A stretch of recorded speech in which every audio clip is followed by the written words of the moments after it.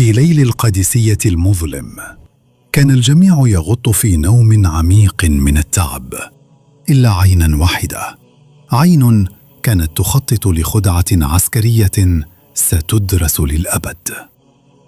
الفرس أصلحوا دبابات العصور القديمة، وبات المسلمون على شفا كارثة قد تنهي وجودهم في لحظات. لكن القعقاع بن عمرو قرر أن يواجه المستحيل.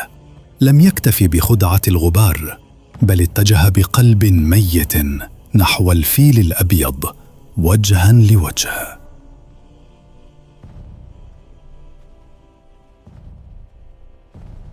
كان ذلك بلاء القعقاع بن عمرو في اليوم الثاني من أيام القادسية.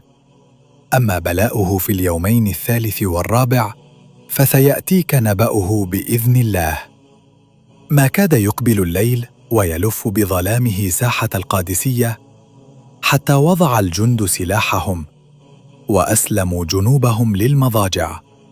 فقد كان اليوم الثاني من أيام المعركة كسابقه ثقيل الوطأة شديد البأس، لكن عين القعقاع بن عمرو لم تنم، وأنى لها أن تنام، والمسلمون قد نفد صبرهم، وهم ينتظرون المدد القادم من الشام بقيادة هاشم بن عتبة، حتى كاد يدركهم اليأس وتذهب بهم الظنون كل مذهب. فعزم على أن يعيد في هذا اليوم ما فعله بالأمس.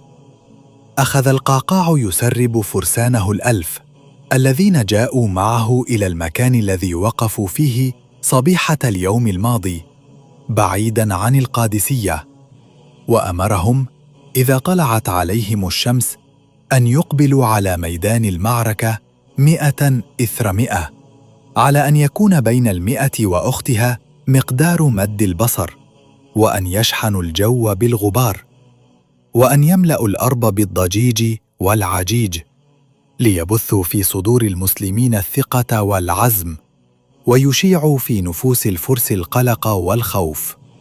وما إن طلع الصباح وأشرقت الأرض بنور ربها حتى طفقت الكتائب تقبل من خلف الصحراء على ساحة المعركة مكبرة مهللة، فيتلقاها القعقاع كتيبة إثر كتيبة، ويحدد لها مكانها بين الصفوف. لكن سيل الكتائب جاوز 10، فنظر فإذا هاشم بن عتبة قد وصل بجيشه إلى مشارف القادسية مع الصباح أيضاً. ورأى هاشم فرسان القعقاع بن عمرو وما يصنعون، فسر من صنيعهم، وقسم هو الآخر جنده إلى 100، وأمرهم أن يتلاحقوا تباعاً إلى أرض المعركة. لم يفت المدد الكبير في عضد الفرس كثيراً، ذلك لأنهم كانوا قد أصلحوا توابيت فيلتهم وجددوها وصفوها في طليعة الجيش كأنها البنيان المرصوص، ولقد كانوا على ثقة بأنها ستفتك بالمسلمين اليوم أكثر مما فتكت بهم في اليوم الأول، ذلك لأنهم احتاطوا لها هذه المرة بما لم يحتاطوا لها من قبل، فأحاطوها بالفرسان من كل جانب حتى لا يخلص إليها المسلمون فيقطعوا خراطيمها ويحطموا توابيتها ويرموا فيالتها فتولي مدبرة كما فعلت في اليوم الأول. وما إن دارت رحى المعركة حتى شد المسلمون على حماة الفيلة، وشد الفرس على المسلمين الذين تصدوا لهؤلاء الحماة، فدارت حول هذه الحيوانات الرهيبة معارك ضارية أريق فيها الغزير من الدماء، وأزهق خلالها الكثير من الأنفس، فصبر المسلمون وصابروا وتجلدوا لعدوهم وجالدوا حتى أطاحوا بحماة الفيلة واحدا بعد آخر، فإذا هم بين قتيل أو جريح أو ناكس على الأعقاب. لكن هذه الحيوانات الشرسة ما كادت ترى أن حماتها قد انفضوا عنها، حتى استوحشت وهاجت وهجمت على صفوف المسلمين كأنها الحصون المتحركة، وجعلت تضرب بخراطيمها الطويلة ذات اليمين وذات الشمال، فلا تبقي أمامها أحداً ولا تذر.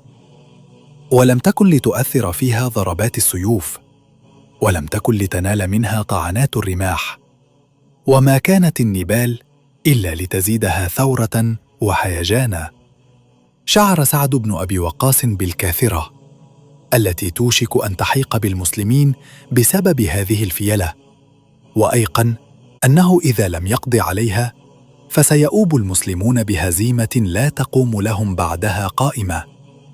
وكان أشد هذه الفيلة وطأة على المسلمين الفيل الأبيض، وهو فيل يزدجرد ملك الفرس، ثم الفيل الأجرب الذي لا يقل عنه هولا، وكانت الفيلة الأخرى تتبعهما كأنهما قائدان لها.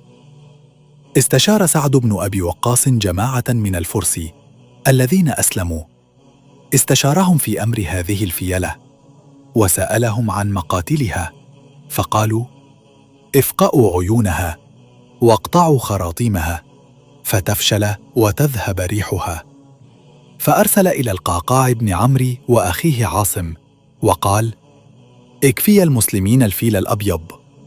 وأرسل إلى 2 جلدين من بني أسد وقال: عليكما بالفيل الأجرب. ترجل القعقاع وأخوه عاصم عن جواديهما، واندفعا يشقان الصفوف في اتجاه الفيل الأبيض.